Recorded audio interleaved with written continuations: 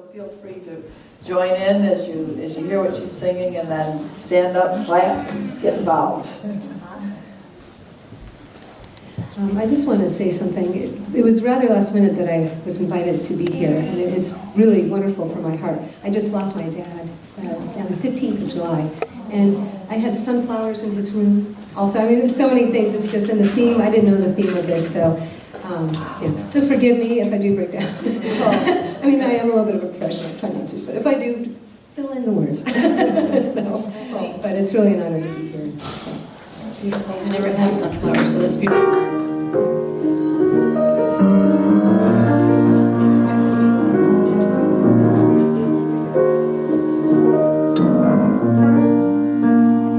As I went down to the river to pray, studying about that good old way, and who shall wear the starry crown? Good Lord, show me the way. Oh, sisters, let's go down, come on down. Oh, sisters, let's go down in the river to pray. As I went down in the river to pray, studying about that good old way, and who shall wear the robe and the crown? Good Lord, show me the way. Oh, brothers, let's go down, come on down. Oh, brothers, let's go down in the river to pray. As I went down in the river to pray, studying about that good old way, who shall wear the starry crown? Good Lord, show me the way. Oh, fathers, let's go down, come on down. Oh, fathers, let's go down in the river to pray.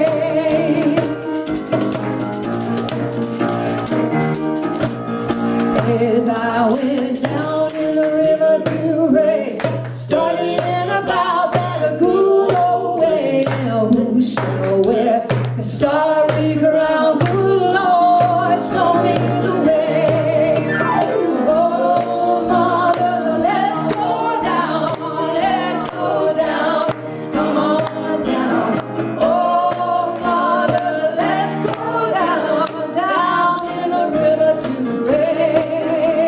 Down in the river to pray.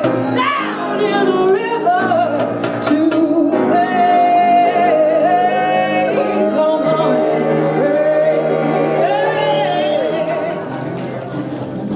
So there's ancient wisdom about grieving, and it has to do with the fact that grief leads on through to praise. So we're drawing today on M.Div Practel's teachings from, the Mayan people. So I love his writings, and this book called Rain in the Desert, Grief and Praise, is such a deep book. I've returned to it many times. And one of the things that he's going to be bringing out, Martine's writings, really relates to this first song. That is that we need friends. Come on, brothers, come on, sisters, fathers, mothers, everybody, come on down to the river to pray. We need one another. So, and we need children too. When we did the work with Guadalupe de los Rios, this Huichol shaman woman I worked with for years, she wouldn't let us have any ceremonies if the children weren't present too. Needed all the way from older ones to the younger ones. Everyone had to be present to do the ritual work. So those children who would like to right now, we have a special children's program for you. You're welcome to stay in the service too, but if you want to go out and be with the other kids in the program with the teachers, you can do that too. So Donna's going to lead us in the song that we sing to bless the children, and let's have the teachers and the kids come up front and we do the blessing song.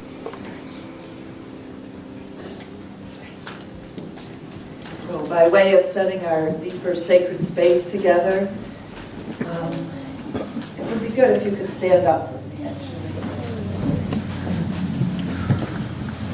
Because we're talking about Indigenous people today, and texts that were drawn are from Native tradition, it's good to enter into the sacred space by addressing the four directions. So we'll turn this way, and that beautiful Kabbalah that we have up there has the sun shining through it. So in the direction of the east, we welcome new beginnings. We welcome the bright sunshine of the new day, and the eagle that flies high in the eastern sky. Great eagle, come and give us that higher perspective that's higher than our own, that goes beyond our own understanding. We need to see from your eye, great eagle, in order to go into these new beginnings. So come and be with us now and bless us with the opening of the gates of the east. And everybody says, aho, aho, welcome east. And then we turn over this way to the south.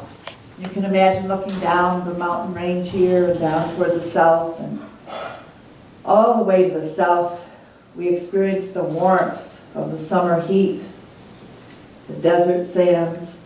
We imagine the little snakes and the mice and rodents that are close to the ground. And so in the south, we welcome the beginner's mind and seeing things up close, really close up. And we open our hearts to, once again, have a beginner's mind. And there we feel the passion arise again, the new passions, the child self in us, getting in touch again with what we must do next. So we welcome you, powers of the South. Come and be with us now. And everybody would say, aho. Aho. Welcome, powers of the South. And then we turn over to the west. And in our mind's eye, we see the great ocean waters. The waters of salty tears, the womb of the earth, the place of our origins. And we ask you, great powers of the South, to open us to our tears, to the deeper feelings in our lives. Help us not to be afraid of them, so that we can dive in deep and come all the way through to maturity. In the West, we welcome the great whales, dolphins, the creatures of the deep. Come and guide us now on this journey about grief and praise. Be with us now, powers of the West. Aho. Aho. Welcome, powers of the West. And then we turn to the north. And in this direction, you can actually spread your legs apart a little bit and let your shoulders stand tall and feel yourself as a mountain. Because in the north, we honor the great wisdom of the mountains, these ancient presences like Mount Shasta and Crater Lake. We know that there's an ancient wisdom on planet Earth that helps us to accept the turning of the seasons of time, and even the leaving of form and returning to form. These great powers of Mother Earth, you help us to let go. You help us to trust even into death. So we ask you to come and be with us now. Help us to understand deeper things this morning. Be with us now, powers of the north. Aho. Aho. And then we turn this way towards the center and put your hand on your own heart. And we welcome you, your bodily presence, your heartfelt presence here this morning, because without you, without one another, we wouldn't have the spiritual community. We wouldn't have this opportunity to come into the fuller presence of one another in spirit. So we welcome each one of you and have you welcome in your depths the sense of your connection with spirit. Just feel it right now and feel the connection through our hearts and our breath with one another in this room. Take a deep breath. I'm so thankful for each other. Welcome you. We can offer and bring love to one another as we're venturing into understanding grief.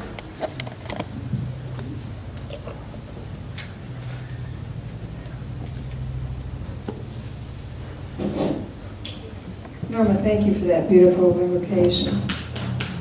Good morning.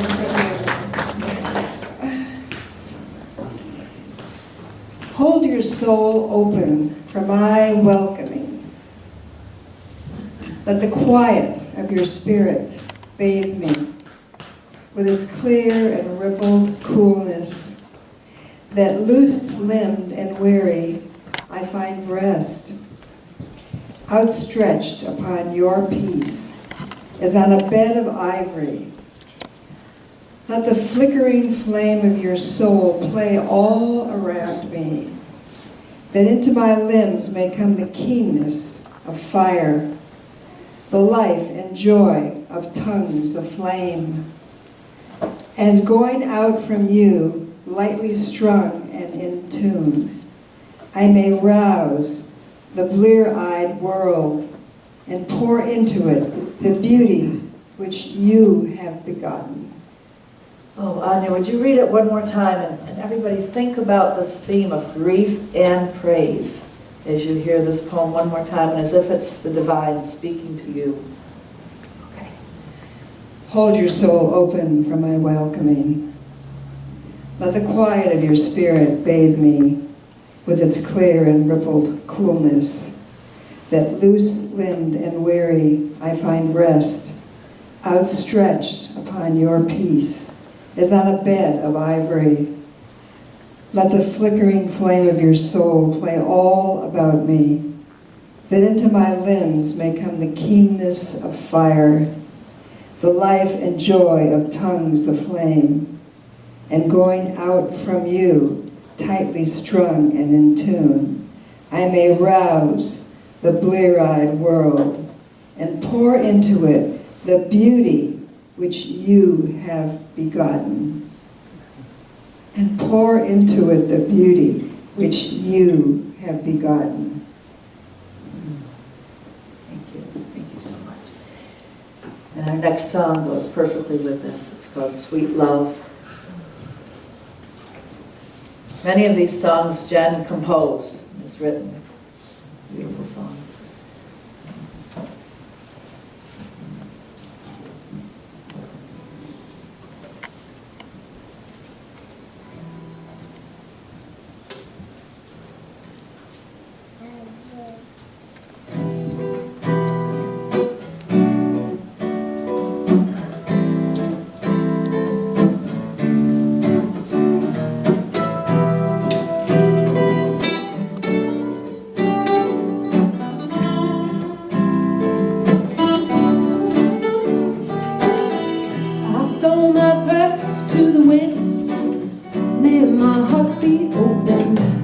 So I can let them back in, with eyes gentle and aware, in arms warm to embrace these blessings we share.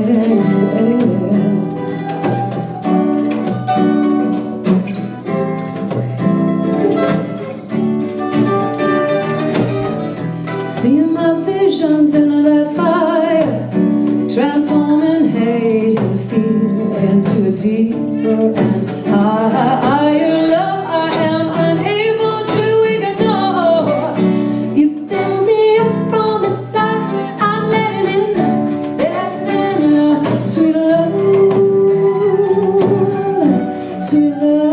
in the world.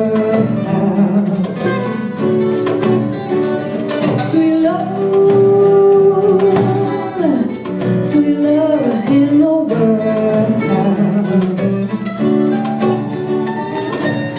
I give an offering into the seas, let the waves carry it far and deep. May all things be free to live who we are and live our lives in the beauty and love. Sweet love in the world. Can you feel your love in the world? Sweet love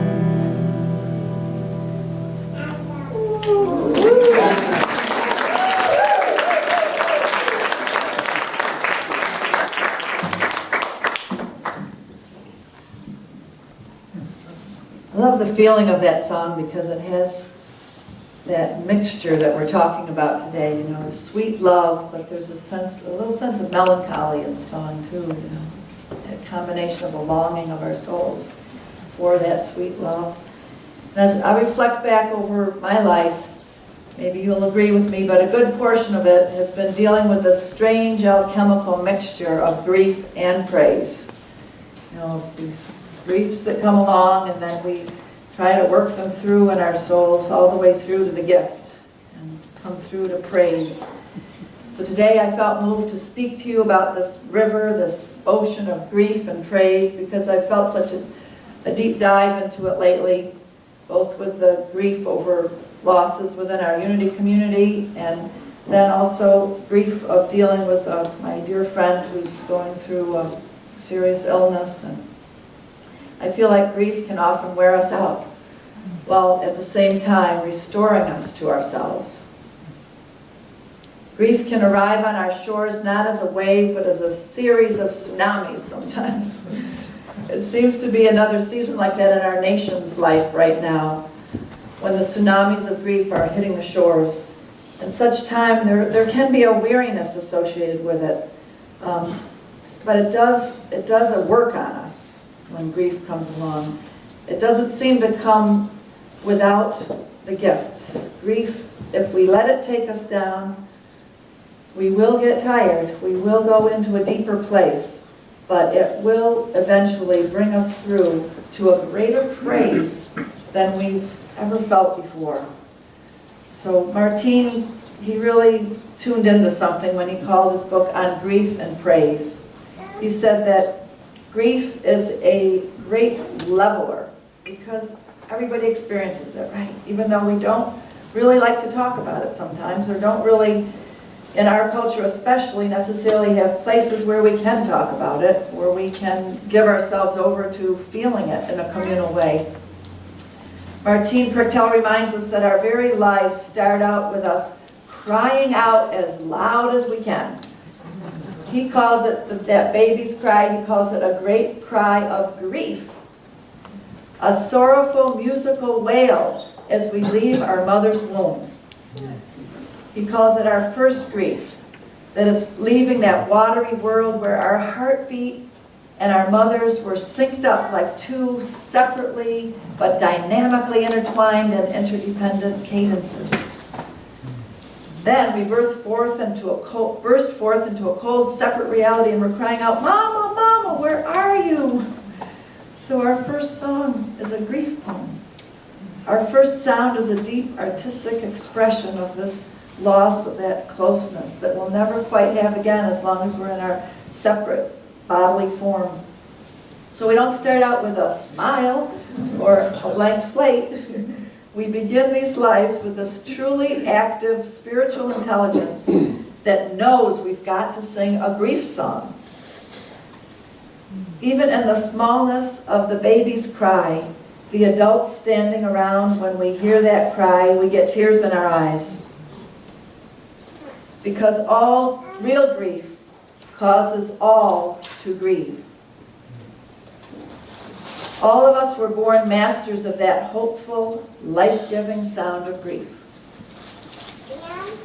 And the newborn baby's grief wail is the profoundest form of praise. The profoundest form of praise for being alive. Every baby born knows what we all know inside. The grief for the loss of the rhythm with the mother who is really the earth, for whom we should all find a voice and a mind to elaborate that grief into praise. We should all have gotten only better at it throughout these lives of ours, and throughout history for that matter. But Western culture didn't want to have it that way. In our Western culture, our grieving gets so squelched by our culture, and thus so does our praise. In the indigenous culture of the Mayans, where Martine got to live for many years, it was normal and accepted and expected for a person in grief to be wailing and crying for days, and not just in their homes, but in the streets. He tells the story of this one man named Nettles, who was a really big man, and he had a really loud voice. And when he lost his dear wife, he just started wailing and howling. And at first he was just in his house, but then all the friends gathered around and said, "Come out, Nettles, come out." And he came out into the streets, wailing and crying and blubbering, and nobody tried to stop him from uttering anything that might spill out of him. In one moment he'd be angry, and in another moment he'd be remembering how beautiful she was. And so they knew it was grief's poem. No matter how messy or loud or amateurish it sounded, people knew by instinct that they owed it to their own souls to listen to the honest grief and praise of someone deep into it. Have you ever in your adult life been in a situation where you cried out your grief and where you were held lovingly by others? Such a precious thing, isn't it? I don't mean to say that I hope that you've had experiences of grief, but I know you probably have, but what I hope is that you've had people around you to wail with, to be with, and to hold you in that grief, in that unconditional love. I had a really heartfelt experience of grieving with a mother who lost her beloved daughter here about a year ago. And a whole communal tribe, I don't know, maybe some of you were there, but gathered around her and the family to honor her heart-wrenching cries. And it was so amazing. We had the wake at her house, and the daughter's body was there, and candles lit everywhere, and people bringing drums and poetry and flowers and food. And we all felt the grief throbbing in the bottom of our own hearts, and felt it as a great privilege to be part of the heaving, moaning realities of love and loss. And you couldn't stand around there without crying and crying yourself.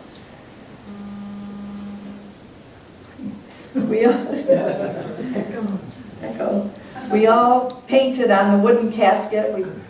We on the third day carried that casket through the streets, men carrying it on their shoulders to the crematorium, as over 100 of us walked alongside with bells and drums and horns and chanting. And we walked in a river of caring souls, lifting up this daughter to her skyward home. As I reflect back over life, that moment was a peak moment in my life. You know, like you wouldn't think that a moment of such grief would be a peak moment.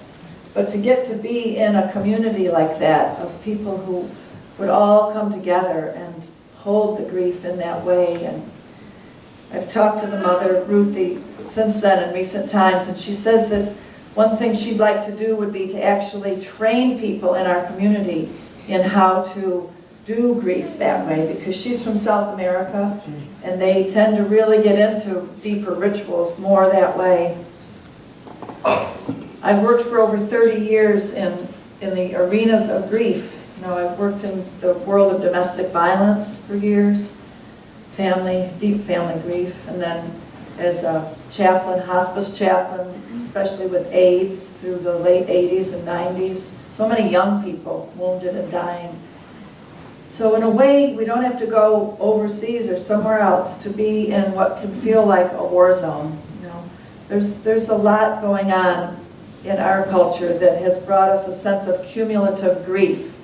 Have you ever heard that term before, cumulative grief? Sometimes we can have something, you know, prick our sensitivities, and we are amazed at how there's a whole deeper well of feelings underneath of that. So cumulative grief. Sometimes grief can actually take us down a lot deeper than we would imagine. And I remember one of those times in my life when my close friend Jennifer in Santa Fe, she was only 50, got breast cancer, and she didn't want to die. She had 2 children, and she had to go. And so we did what they're now calling a funeral, which is like a funeral, but before she died. And we got over 100 people together and sang her songs, and and read poetry, and I'll never forget the singing of the song, You've Got a Friend, in that context, because she had so many friends that she could feel that helped her, I think, to let go somehow, some paradoxical way. It helped her to let go, to have all those friends gather around. After that, another close friend of mine, Ray Ling, had her 2-year-old baby get killed. And then after that, I broke up with a partner, and that was too much for me. All of that all at once. It was one of those times of a tsunami of grief, and that's when I went into the desert and worked with Guadalupe de los Rios. And I was just thinking about it this time as I was thinking about her name, Guadalupe de los Rios, of the river. And in her, I found someone who could hold all that I was grieving and eventually turn the tide of my deepest grief towards praise. Martine Prechtel says that in order to grieve fully, we need an ocean and a friend. So while we go splashing through grief's messy and ecstatic route to beauty, we may literally need to go down to the sea with a friend. And so for me, being with Guadalupe was kind of like that, even though we were in the desert. She was a friend, and she took us down to where a creek was, and great rock formations, nature. Something about being in the forces of nature is so important to our healing process. Do you feel this way, that you need water to grieve? Have you ever felt that way? I've often felt that since I was a child, that if I was really sad, I needed to get to the water. We had Lake Ontario near us, and it was 19 miles away, and as a teenager I used to borrow the car and drive out there to the lake, and I knew it would help me if I could just get to the lake. Martine says it so poetically. The great Mother Ocean is literally the womb of the entire earth, and it's the origination of all life. So the water of the ocean is salty because it's made of the tears of all the world's grief and of all the losses since forever. So it's that water of all grief, that womb that gives birth to any life that's going to come forth out of grief. So all life and happiness are born from the womb of this lifetimes long grief. Understanding this will make us so much more able to grieve, and our grief will add to the wisdom of this great life-giving ocean of grief. When looking at grief and praise, we're trying to get to this paradox of grief, that mourning, really done well, will lead us all the way through to a new wholeness. Isn't that beautiful? I think that's basically what Martine's trying to get across, that his whole book is sharing all these different rituals of grief that the Mayan people carry out to try to get us to remember that we need to do this with each other for small griefs and large ones. Yes, sometimes we feel like going off and grieving alone in our room. We each do it in our own way, and it's true that no one else can do it for us, feel the deep feelings that we've got to feel. But in our culture, we're tempted to pull too far inward. I know I am a lot of times. Do you get that in yourself too? That we get tempted to pull too far inward, and we protect our memories and our feelings, and we just hunker down in our wounded state. Yet Martine and Native people, everybody says that it's in caring for one another that's how grief gets metabolized. So he says that we don't metabolize our grief enough, and then it mounts up. And they talk about in the Mayan culture, if an individual doesn't metabolize their grief, then it will actually go into the next generation. And he's saying about the United States that he feels like the unmetabolized grief has gone into the next and the next and the next generation. And now we're facing a whole generation of young people, many of whom are very depressed, and so we have got to metabolize our grief better. Jesus said, "Blessed are those who mourn, for they shall be comforted." And that's something that I think we can get from that, is that we've got to mourn more forthrightly, and express it more. And then we will feel comfort. we'll get the feelings moving and rolling, and we will be able to metabolize the grief when we express it. So when I worked in the battered women's movement, I used to say, I was on the front page of the newspaper with the quote under my picture that said, "They need a place to grieve." And my friends, here I was 27, and my friends used to kind of make fun of me because we were all young together and were saying, "Wow, why did you say that? They need a place to grieve." But I got it at a young age that our culture needs to provide places for us to go through our deep grief processes.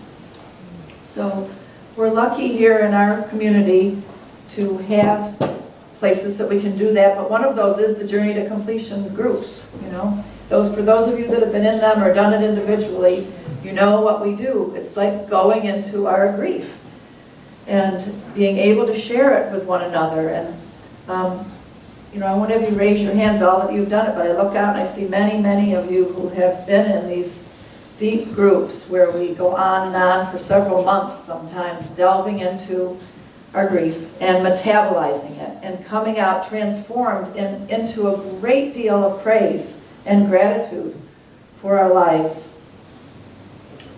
So in learning that we're not alone, we are truly blessed with a continued caring in which we find that we're more and more deeply connected. And in that connection, we do find the connection with something that's actually immortal. So I'd like Jen to come and sing the next song now. And this is this a song that's a traditional or that?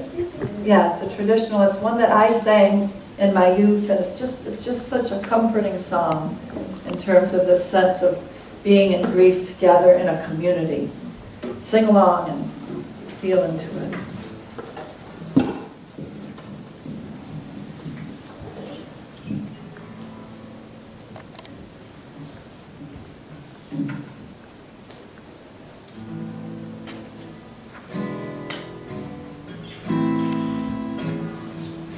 I am a poor wayfaring stranger, traveling through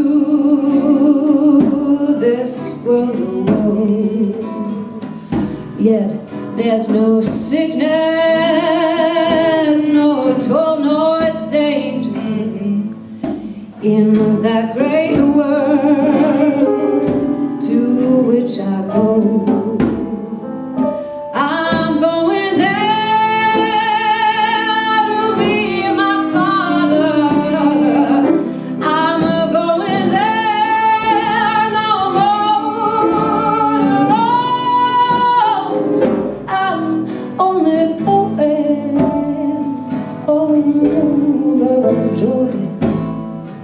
I'm only going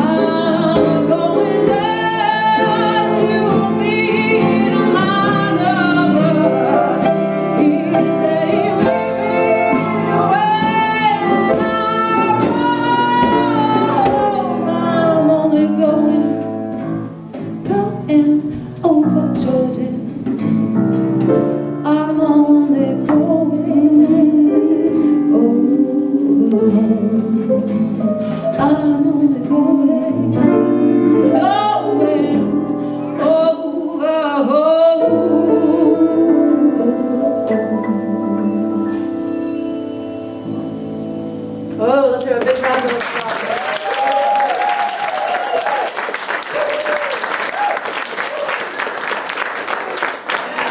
What a great rendition of that. Thank you so much. Oh, brings the chills. For the next few moments, I'd like to speak to you about a poem of Rilke. You know Rainer Maria Rilke? Such depth in his poetry. And this poem is called Go to the Limits of Your Longing. So that song was just singing about way over yonder, you know, we're going to get there. And when people are going through hard times, often our minds do go to, I'm going to get there, way over yonder, you know. And we think of that as heaven or the place where we're going to be with our beloveds who have gone on before us. But what are the limits of our longing within this lifetime? I think that grief, when grief comes, it's calling us to go further, to go over yonder, somewhere right here and now, somewhere to the limits of our longing. So I want to talk to you about this poem. Here it is. God speaks to each of us as she makes us, then walks with us silently out of the night. These are the words we dimly hear. You, sent out beyond your recall, go to the limits of your longing. Embody me. Flare up like flame and make big shadows that I can move in. Let everything happen to you, beauty and terror. Just keep going. No feeling is final. Don't let yourself lose me. Nearby is the country they call life. You will know it by its seriousness. Now give me your hand. You can hear there's a lot packed into that, so I'd like to do a little exegesis of it with you.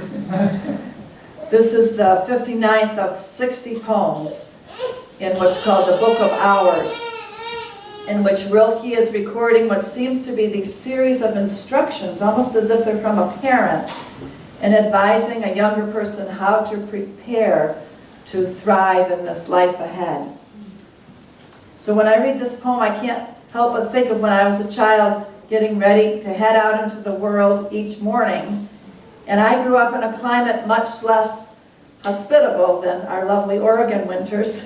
So you'll understand what I remember when I recall the process of getting ready to go outside on a frigid winter day. I remember getting first the long underwear on and then sweater, maybe 2 sweaters, thick socks, snow pants, boots, a heavy coat, scarf, hat, probably one of those ski mask hats that only your eyes and your mouth showed. And then God help you if you got all bundled up and ready to go out the door and all of a sudden you realized you had to go to the bathroom. Right? So I don't mean to trivialize this poem of Rilke's intent. And when I say that his words remind me of a parent getting their child ready to step out into the harsh, beautiful seriousness of the northeastern winter. Every time I read it, I find more and more wisdom packed in these less than 100 words. This little text holds such deep wisdom for the task of not only living our lives, but of building our spiritual community. I'd like you to do it this way with me. I'm going to read one of the lines of it, and then I'll have you repeat that line with me. Then we'll pause to let it sink in, and then I'll say a few words about it, okay? So the first line is, God speaks to each of us as she makes us. God speaks to each of us as she makes us, then walks with us silently out of the night. Then walks with us silently out of the night.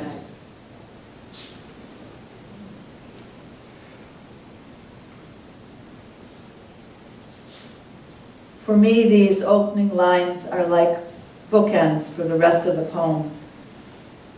It's sort of telling us, here's what's going to happen. Here's where we're going to go. And everything else after these first lines fits in between it. And what's being whispered to us as we bundle up, as we prepare ourselves for the life of this world, or living in a spiritual community for that matter, is the next part of it. These are the words we dimly hear. Let's say that together. These are the words we dimly hear. You, sent out beyond your recall. You, sent out beyond your recall. Go to the limits of your longing. Go to the limits of your longing. So as we continue into the next steps of our ministry together here as Unitics, as we begin to reshape a new plan for our future, we're presented with the challenge of going to the limits of our longing. We ask each other to stretch and see beyond the immediate. And we call each other to move out of our comfort zones.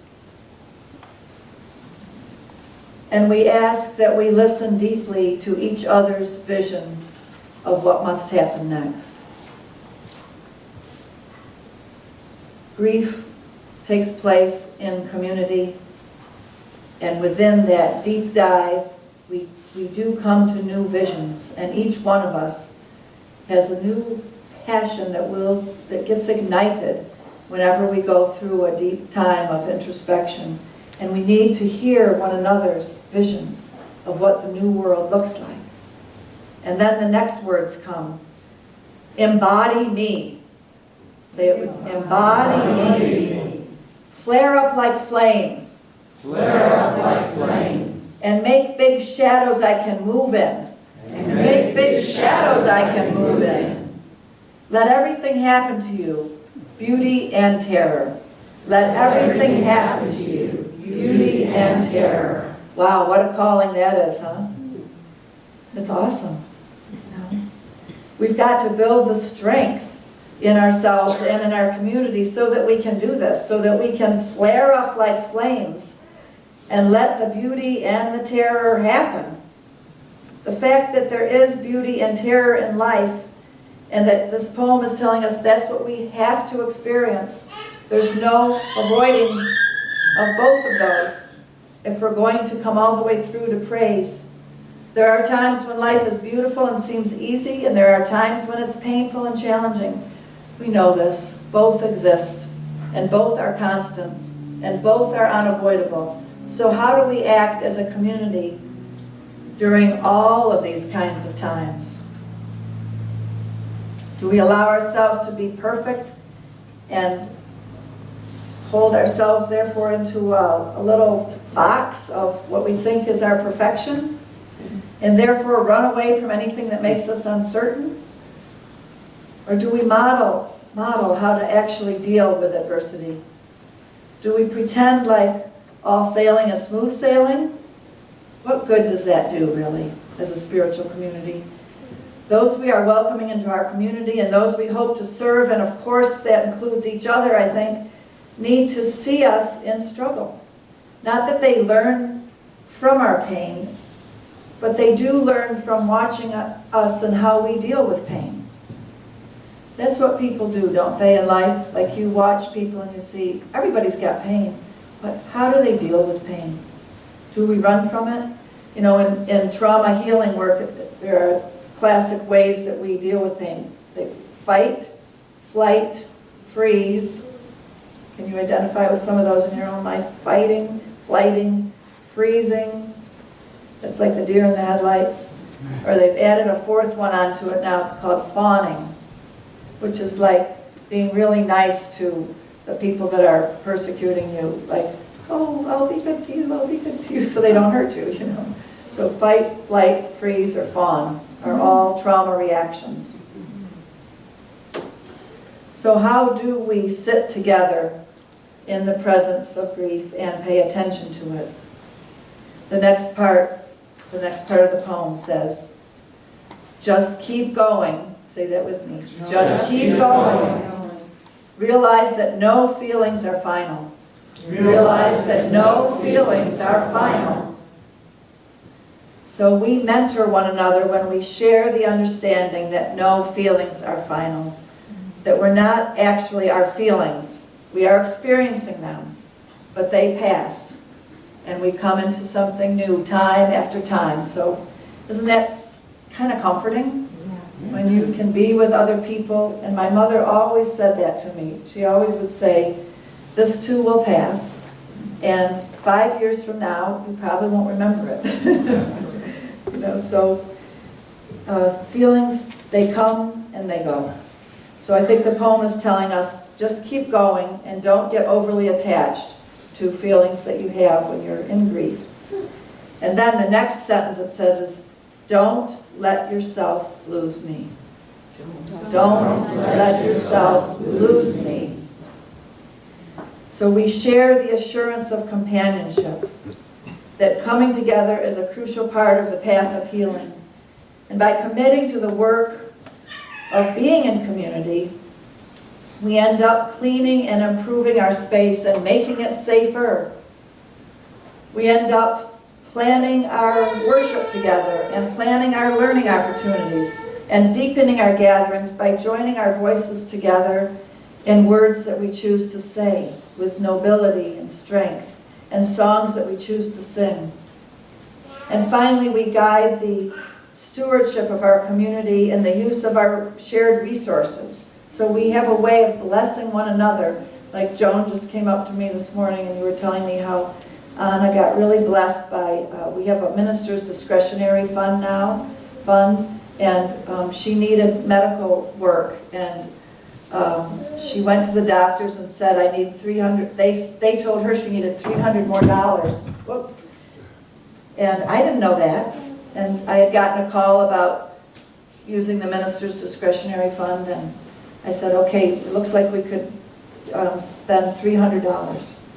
And so she got the $300 and found that was the exact amount that was needed for her medical care. So wonderful things like that can happen when we are blessing one another and comforting one another in community and paying attention to what the needs are when people are in need in our midst.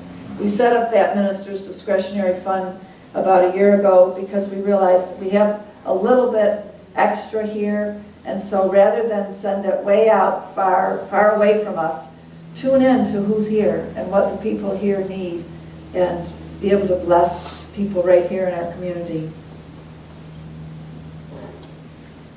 The next sentences in the poem are, nearby is the country they call life. Nearby is the country they call life. You will know it by its seriousness. You will know it by its seriousness.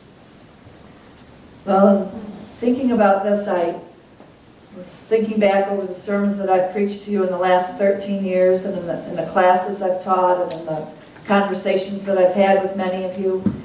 And I sometimes worry that you might misunderstand what I'm saying to you when I talk so often about our personal healing and doing things for the healing and tenderness of our individual selves. Yes, a great deal of what I say to you is about healing the wounds of the self and about making our individual lives more whole and healthy. But it's all about healing us so that we can approach our interpersonal relationships, any conflicts that happen, with more wisdom, with more wholeness. So it's not just for our own health and safety that we zero in on self-nurturance and take time out to really work on ourselves and heal ourselves. It's really for our commitment to community that we do this inner work. We have a commitment to the principles of this unitive faith of ours, which calls us to work for the wholeness of this world as well as our own wholeness. So in the words of one spiritual community I was part of that are very similar to our Unity in Ashland mission statement, they said, we change ourselves as we change the world. We change ourselves as we change the world in the service of building a world worthy of our children. So we've got work to do on ourselves always, continual improvement of our ways of grieving we're talking about today, But it is for the blessing of our children. It is so that the generations that come after us are able to not have to take on all the grief that hasn't been metabolized. So I think the complexity and muchness of this world, which we are living in right now, and the multitude of things that are on our hearts and minds about fears and anguish of situations going on in the world, that the reality of the experience that we look back over our lives and can remember so many different situations that have been hard, but when we think of the seriousness of this country called life, like Rilke's talking about, this world that we step out of the darkness into and behold and have to deal with, the seriousness is why we do have to prepare ourselves in whatever way we can. So Rilke in this poem is telling us some suggestions about how we can prepare ourselves through the work of inner healing, forgiving ourselves and others, by learning and accepting the truth of our own history, our own personal history, delving into it, remembering it, the history of our nation and our economic system. We've got a lot of archaeological digging to do to remember, and then to move toward our own peace, that land out yonder there that's even beyond what we've even dared to long for yet. So as we look around us and we see that we're not alone in this service, we live our lives, our griefs that turn into praise in this community, because we know we can't do the work that's ours to do alone. We're here in need of companions on this amazing journey. So let's say together the final line. I love that Rilke ends the poem this way. Give me your hand. Give me your hand. And just look around this room at all the people here and realize we can't do it alone. And just say one more time as you look around, give me your hand. Give me your hand. Let's have Jen come and do the next beautiful song, and let this be kind of a meditative message to you. It's called Bless This Child, and it's one of her original songs. Bless the children that are yet to come. Bless the child within you as we take on this work of grief and praise.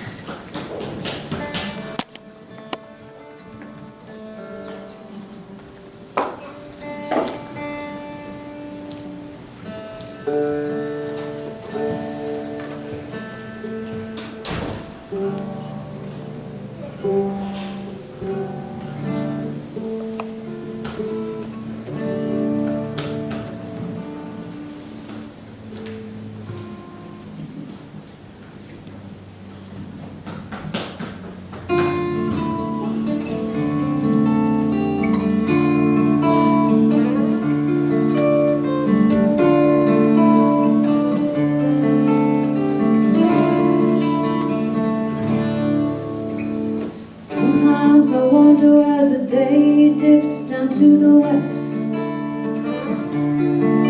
will I smile come morning or lay my weary head down and cry?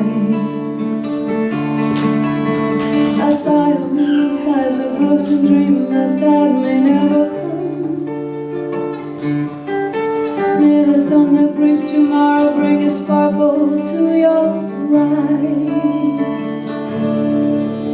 Have you ever seen a man broken into just by living? Worn and torn from the inside out till there's nothing left to mend. Too tired to keep trying, too tired to bring it to an end. Say your prayers for that man who cannot even pray for himself. Oh, coming day, bless this child.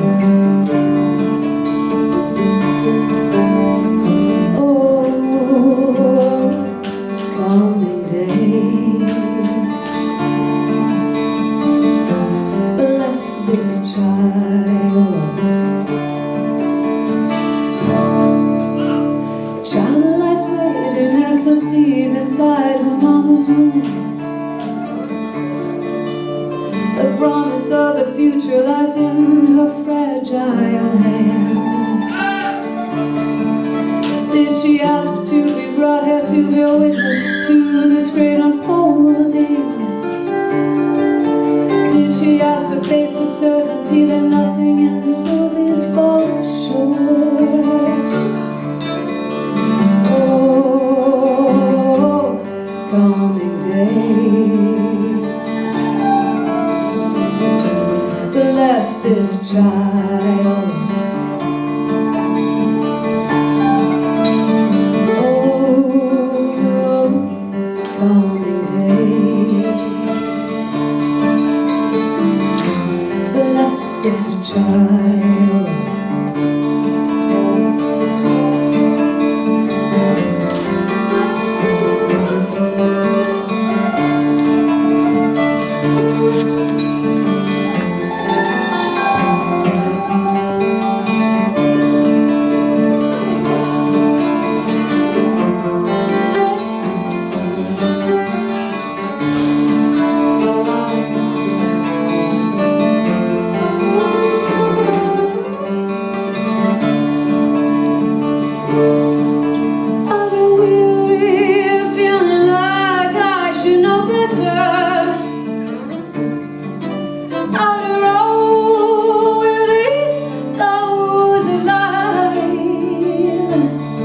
To taste the sweet amidst the bitter, see the beautiful amidst the strife. But I am not always so strong, and sometimes I still falter. Yeah, ooh, coming day,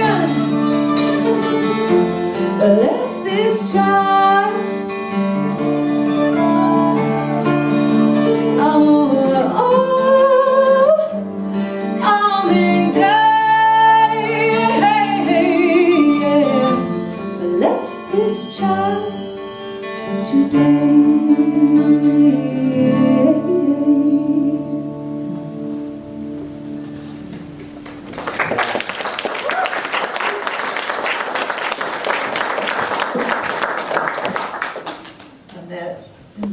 Deepening note, I'd like you to close your eyes and for just a few moments enjoy a comforting experience of a guided meditation.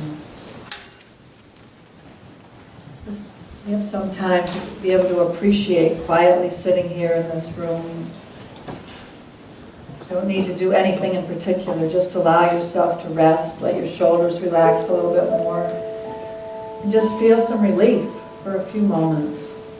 Take a deep breath, and as you breathe out, feel your body sinking into the chair that you're sitting on. Oh, just breathing slowly in and out. In and out, even yawning to relax a little bit more. Just keep breathing slowly and calmly, letting your breathing relax you even more deeply.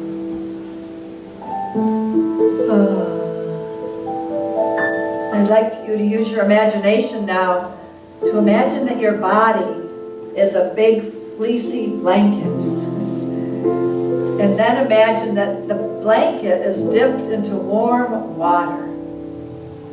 Imagine how it would feel to be floating, suspended as this blanket in warm water, with gentle waves moving your body.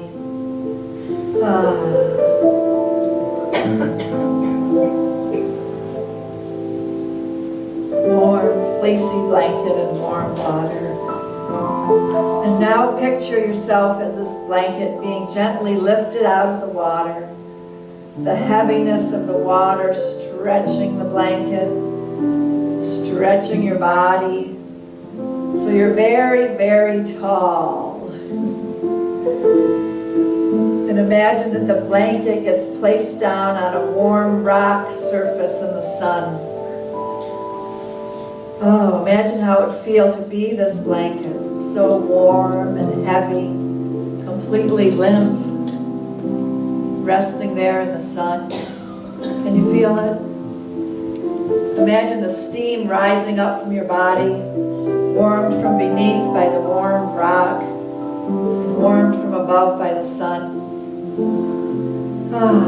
Just imagine how it would feel to be this damp blanket and have the water slowly evaporating and you becoming lighter and lighter.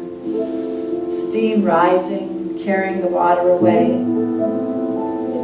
Feel your whole body becoming lighter, relaxed, totally limp. Just let your body become so completely relaxed that you feel utterly calm, so serene. Now that you're starting to feel more relaxed, I'm going to bring you back to focus on grief for just a moment. I want you right now to take a moment just to be with any feelings of sadness that you might have. Right now, just for a brief moment. You can allow yourself to tap into any grief, to face into any emotions of sadness, and just accept that you might have some grief going on. Just feel it. I'm just going to pause for a moment. So during this time, you can just choose to relax and breathe deeply, or you can decide to go with the emotions of grief and experience some of it right now.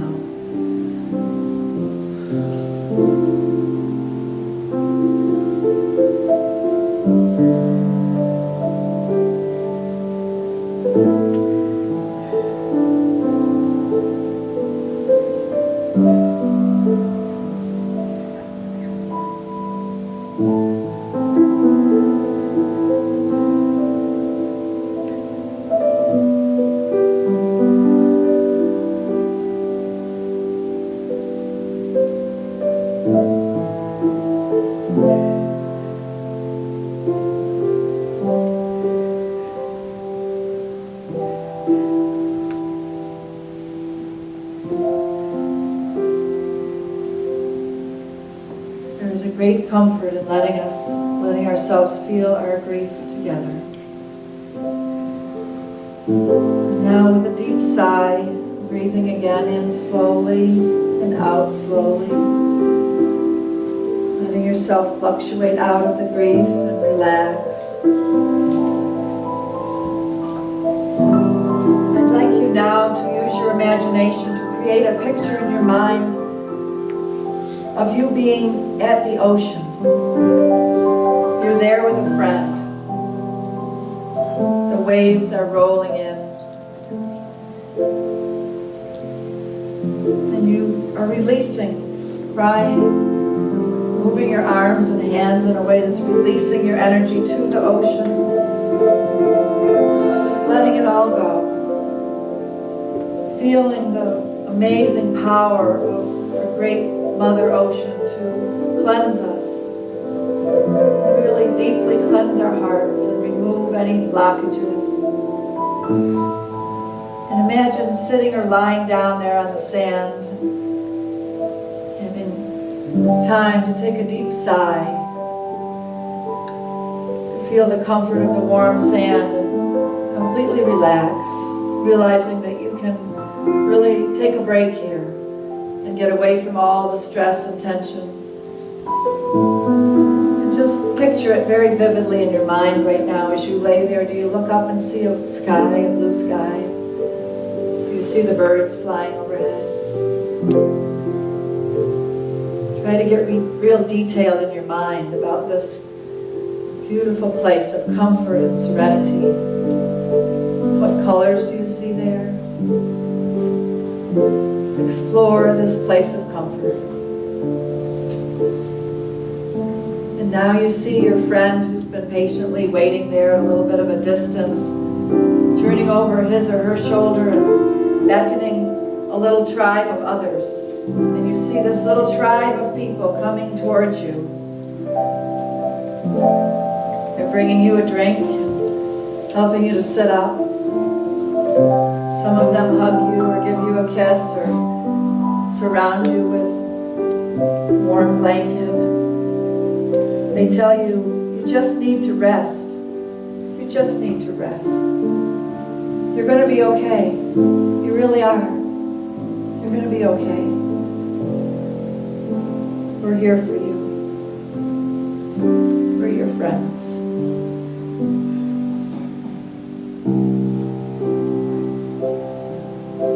Now gently draw your awareness back into this room. I'm going to count backwards from 5 to 1. Let yourself, with each number I count, become more and more present and awake back here. Until at 1 you're fully awake and alert in this room. 5, 4, 3, 2, and 1. Blessed be. Did you like that? Did you feel it? Oh. We're going to take our offering now.